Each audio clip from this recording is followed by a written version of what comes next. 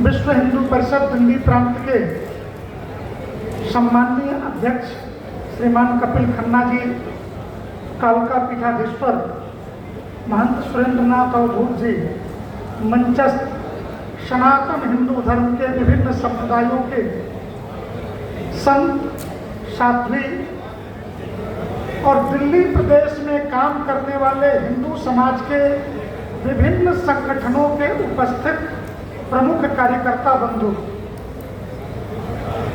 मन आहत हुआ कपिल जी ने पूरी एक प्रस्तावना की कि देश में क्या हो रहा है।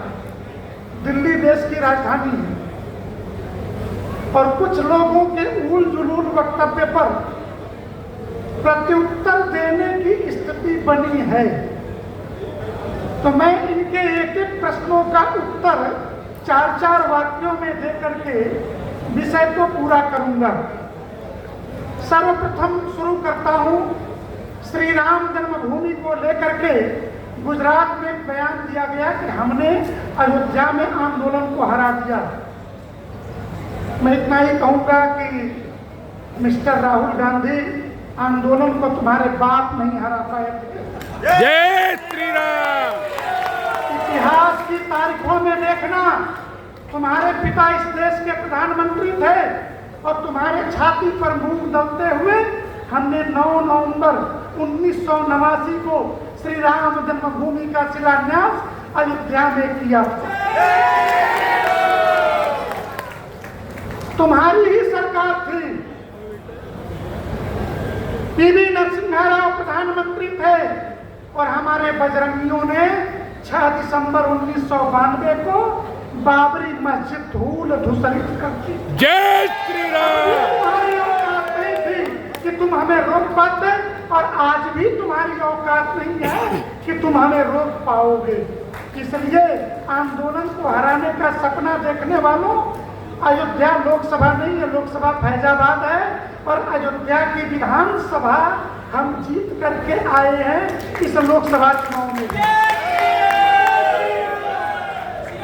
परिस्थितियां इसलिए देश में इस तरीके की बात करने से पहले और हिंदू समाज से ये कहने के लिए कि हमने राम मंदिर को हरा दिया, दर्द तुम्हें क्यों है? इसलिए कि पूरी दुनिया में सो कॉल्ड सिविलाइज्ड कहने वाली कौमें, ईसाई, मुसलमान और यहूदी, इन तीनों का एक पवित्र स्थल है यरूशलेम और यरूशलेम को लेकर के 1000 साल से लफड़ा है। संयुक्त राष्ट्र संघ भी तुम्हारा है, अंतर्राष्ट्रीय अदालत भी तुम्हारी है, बहुमत भी तुम्हारे ही देशों का है। हिंदू राष्ट्र के नाम से कोई देश नहीं, लेकिन हमने नरेंद्र मोदी के शासनकाल में भारत के उच्चतम न्यायालय के अंदर सुप्रीम कोर्ट के संविधान बेंच के सर्वसम्मत फैसले से श्री राम जन्मभूमि का मसला हल कर दिया और तुम 1000 साल में फिलिस्तीन हल नहीं कर पाए। ये सच है। तुम दलाल किसके हो ये पूरी दुनिया को पता है। इसलिए चीन के दलालों को भारत में ज्ञान देने की कोई जरूरत नहीं है। ये श्री राम जन्मभूमि से जुड़ा एक सच है। और रही बात इस आंदोलन में हरा दिया, तो आओ बिना आंदोलन के भी हम काशी विश्वनाथ और श्री कृष्ण जन्मभूमि लेने जा रहे हैं। तुम्हारी मां ने दूध पिया, दोनों हाथ की पटने को हम तैयार। कपिल जी ने एक बात बताई कि बंगाल के अंदर एक मंत्री जी कह रहे थे कि जन्नत जिसे चाहिए वो इस्लाम स्वीकार करे। मैं उस मुसलमान मूर्ख मंत्री से इतना ही कहना चाहूंगा कि किसी स्त्री की कोख में इस्लामिक मुसलमान या ईसाई पैदा करने की सामर्थ्य नहीं है। परमात्मा स्त्री की कोख में जिस संतान को भेजता है वो प्राकृतिक रूप से हिंदू है। तुम सुन्नत करके मुसलमान करके ईसाई बनाते हो, हिंदू को मिटा न पाओगे। तो परमात्मा जिसे माँ की कोख में धरती पर भेजता है स्वर्ग में भी उसी रूप में लेगा।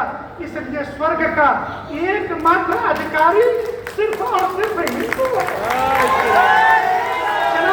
है। परमात्मा को को कटे पीटे ये माल पसंद नहीं है, इसलिए फालतू की बातें बंद करो।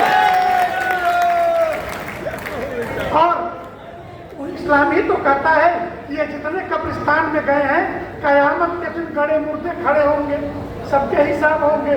तभी तो कयामत कब आएगी, इनके गड़े मुर्दे कब खड़े होंगे, इनके हिसाब कब होंगे, ये जन्नत कब देंगे। इसलिए स्वर्ग को जन्नत बना करके रखने, इस धरती को स्वर्ग बना के रखने का अगर सुख है, लेना है तो सनातनी बन करके रहो, इसी में दुनिया की भलाई है। अगर इनको इस्लाम इतना ही अमन पसंद दिखता है तो सीरिया, इराक, ईरान, फिलिस्तीन ये आपस में लड़ भिड़ क्यों रहे हैं? अफगानिस्तान, पाकिस्तान सभी भिड़े पड़े क्यों हैं? इसलिए हिंदुओं को ये कोरा ज्ञान मत दो, और अब हम सुनने के लिए तैयार नहीं हैं। हिंदू समाज को हिंसक कहने वाले और सनातन उन्मूलन के अभियान चलाने वाले राहुल जी, आपसे एक छोटा सा सवाल, हम ये ठीक से जानते हैं तुम हिंदू नहीं हो। जय श्री राम। एक बात कही थी कि मंदिर लड़कियां छेड़ने के लिए जाती, ये तुम्हारा ही बयान था। सोमनाथ के मंदिर में अहमद पटेल के साथ तुमने जब एंट्री की थी तब भी तुमने गैर हिंदू के कॉलम में साइन किया था, तुमने हिंदू के कॉलम में साइन नहीं किया था। इसलिए इस देश के हिंदू समाज को यह भ्रम नहीं है कि तुम हिंदू नहीं हो। हाँ, एक चीज का भ्रम जरूर है कि तुम्हारा पिता कौन है, क्योंकि स्वर्गीय राजीव गांधी के मृत्यु के बाद तुम्हारा डीएनए देने से तुम्हारी मां ने इनकार किया था। राजीव गांधी की लाश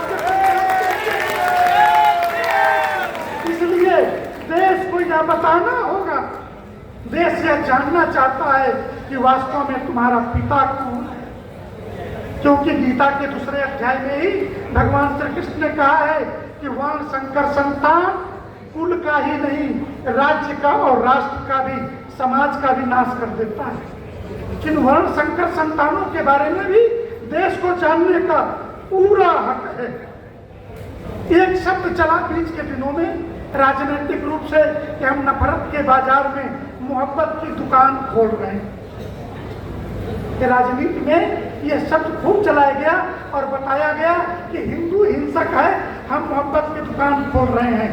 तो मैं एक भागवत से जुड़ा हुआ प्रसंग है, सामान्य प्रचलन में है, संतों के मुख से सुना है कि जब उद्धव जी आए भगवान कृष्ण का संदेश लेकर के, तो उद्धव ने गोपियों से पूछा कि क्या तुम प्रेम का अर्थ जानती हो? तो गोपियों ने कहा, उद्धव, जहाँ अर्थ होता है वहाँ प्रेम नहीं होता। अरे मोहब्बत अनकंडीशनल होती है, प्रेम में शर्त नहीं होती, प्रेम बिकता नहीं है, प्रेम बाजारू नहीं है। और दुकान बाजार का शब्द है, तो जिसे तुम मोहब्बत की दुकान कह रहे हो वास्तव में वो तवायफ का कोठा है। मोहब्बत कहीं बिकता नहीं है। और अगर मोहब्बत खरीदा बेचा जा रहा है तो आई मैं हूँ दुल्हन एक रात की, तू है दूल्हा एक रात का, वो थाईलैंड से लेकर के मसाज केंद्रों में बिकने वाले लोग हैं। अपने चरित्र को देखें, हिंदू समाज को गाली देने से पहले विचार करें कि अगर संतों की जुबान खुल गई तो तुम्हारे पूरे हिसाब मैं इसलिए नहीं, ये प्रत्युत्तर आज मैं ऑन रिकॉर्ड, कैमरे चल रहे हैं, ये इसलिए दे रहा हूं कि कोई उनको मैसेज पहुंचा दे कि हिंदू समाज ने अगर कोई बात दिल पे ले ली, हम हिंसक नहीं हैं, लेकिन एक द्रौपदी की आंचल की रक्षा करने के लिए 18 अछौहिणी की सेना का वध करना भी हमारा स्वभाव है।